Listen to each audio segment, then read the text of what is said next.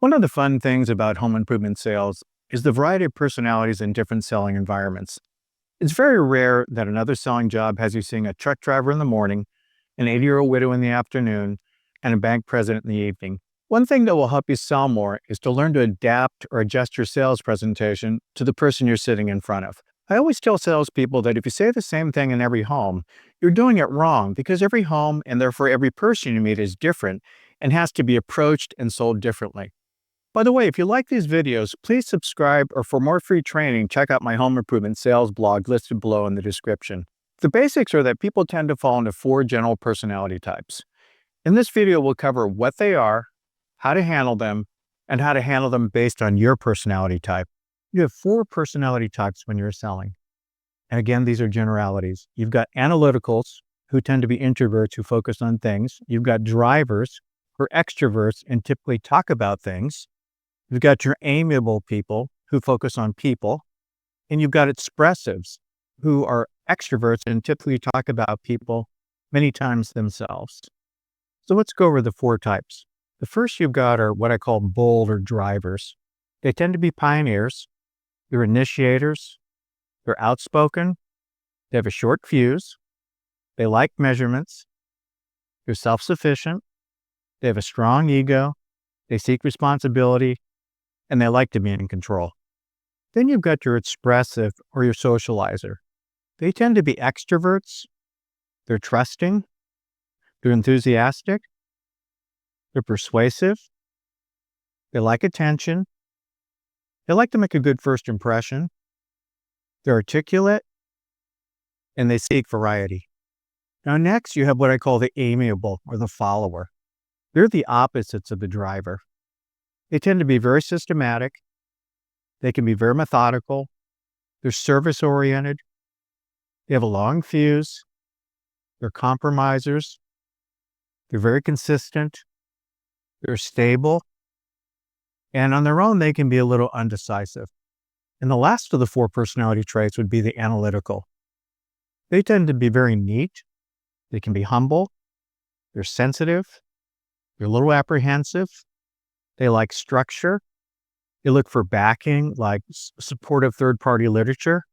Because of that, they can be suspicious without proof, and they tend to be reserved. So those are the four personality types. People can have two or more, but usually one is more dominant. Now, what you have to do is figure out which one you are. This will dictate how you interact with their personality type, which we'll cover next. So which one would you be? So now that you understand which personality trait you are, let's go over the strengths and weaknesses of each trait so you can see how they interact with each other. And you'll notice that in most cases, the weaknesses are just an extension of the strengths. So if the style is bold, the strengths are that they're problem solving, they're decision making, they're goal achieving, but the weaknesses they find fault. They lack caution, they can overrun people, and their needs are control, authority, and prestige. If the style is they're a socializer, then their strengths are communication, participating, good finding. Their weakness is going to be time control, follow through, and no objectivity. The needs are for recognition, acceptance, and to talk. If they're a follower, then their strengths are going to be loyalty, listening, patient, but their weakness can be that they're overly possessive, they avoid risk-taking, they avoid conflict, and their needs, like a socializer, are recognition, but they need security and they need time. Analyticals, their strengths are analyzing, accuracy, high standards, but their weakness is going to be they're rigid, they can procrastinate, they're overly critical, and their needs are to be precise, they need time, and they need the fact. So what you need to do then is recognize which personality trait that you're sitting in front of them and sell to them the way they want to be sold. For example, if you're sitting in front of a driver, you recognize them because they say things like, I want it now or not at all, or cut to the chase. How much does this cost? When can I get it? How long will this take? Or I don't want a sales presentation. So the selling tips for drivers that you need to be direct. You need to be quicker in your delivery. Be concise, get to the point. They need to know what, not necessarily how. You'll get this and this. They don't need all the details that an analytical would get. You have to give control to get control. So a lot of times in the warm-up for a driver, I'll tell them, look, before we get started, hope you don't mind. I don't intend to be here for hours. I want to get to the point, give the information as quickly as possible, and that way you'll have what you need to make your decision. I'm just telling you right now so you don't think I'm being rude. Drivers like to hear that. Tell them not to do it. A takeaway always works better. When I'm selling to a driver, they're not the person that you can close by saying, look, you need to do this. They're the person that a takeaway will work more than saying, look, if you're not sure you want to do it or you don't want to save the most amount of money, don't do it. But if you're sure you want it and you want to save the most amount of money, this is how you do it. Now, when you're sitting in front of a socializer, they tend to say things like, where are you from? Or, "Oh, I'm so sorry, I'm late," or "My house is a mess, please excuse me. Would you like something to drink or something to eat? Or did you see the game last night? Do you like this job?" They'll be socializing. So the selling tips for a socializer are that you need to spare the details, but focus more on the relationship. They're going to buy you much more than the product in a way. Socialize. Be careful that you don't spend all night with them. Follow up, thank you calls. And I like to tell socializers that things are new and improved products. Now, if you're talking to a follower, they tend to say things like, well, what do you think I should do? Or can I think about this and get back to you? How long have you been doing this? Well, what do most people do? Well, usually I have my son or somebody else will help me.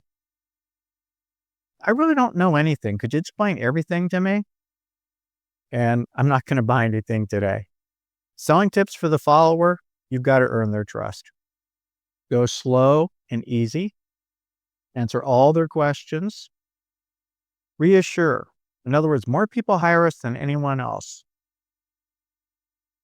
Most people do this. Most of my clients find this is the best way to do this. And when you're asking for the order, usually I tell them, can I make a suggestion? Yes, you need it, you want it, you can afford it. Why don't you just do it? Okay. Now, if you're sitting in front of an analytical, they're going to ask you things like, well, tell me about the warranty in detail. Is it in writing?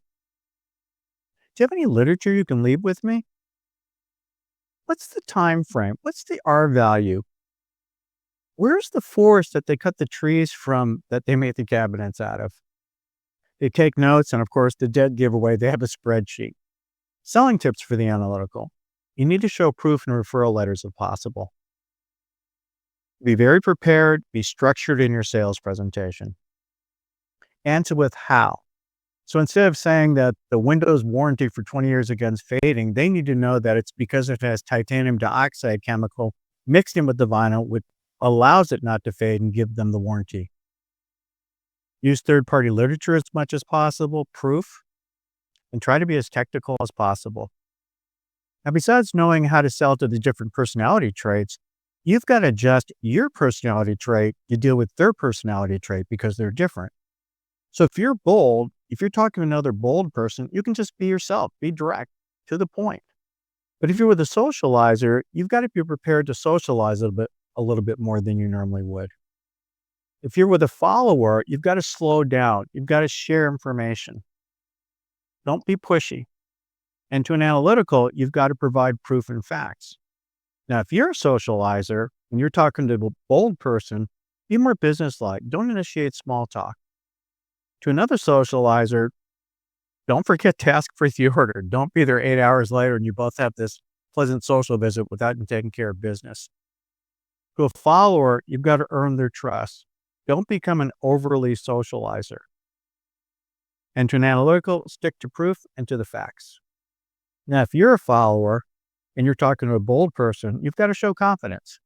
To a socializer, you've got to provide social time. To another follower, you've got to reassure them. And to an analytical, you've got to use evidence to answer all questions. I don't mean to be this way, but it's probably very difficult to be in a sales job if you're a follower. If you're an analytical to a bold person, concentrate on the what, not the how. They just need to know what it'll do for them, not the details. They don't need to know the forest the trees were cut from. To a socializer, hit the high points.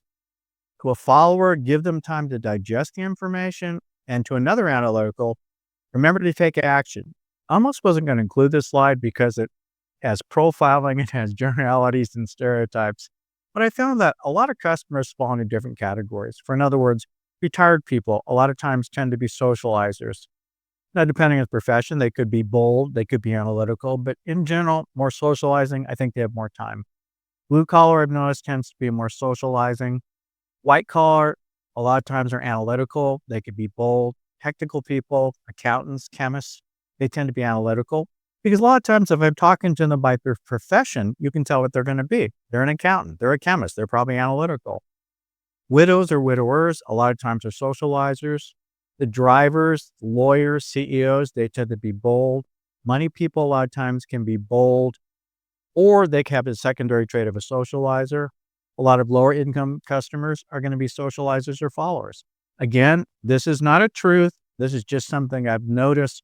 But a lot of times when I find out who they are when I first meet them, it starts to let me get my read on them a little bit faster than if I didn't do that. Hopefully you can see there's a lot involved to being a great home improvement salesperson.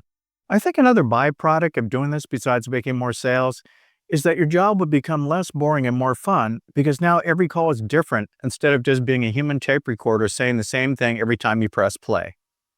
By understanding who you're sitting in front of and adjusting your style, the level of rapport and connection will skyrocket, and so will your income.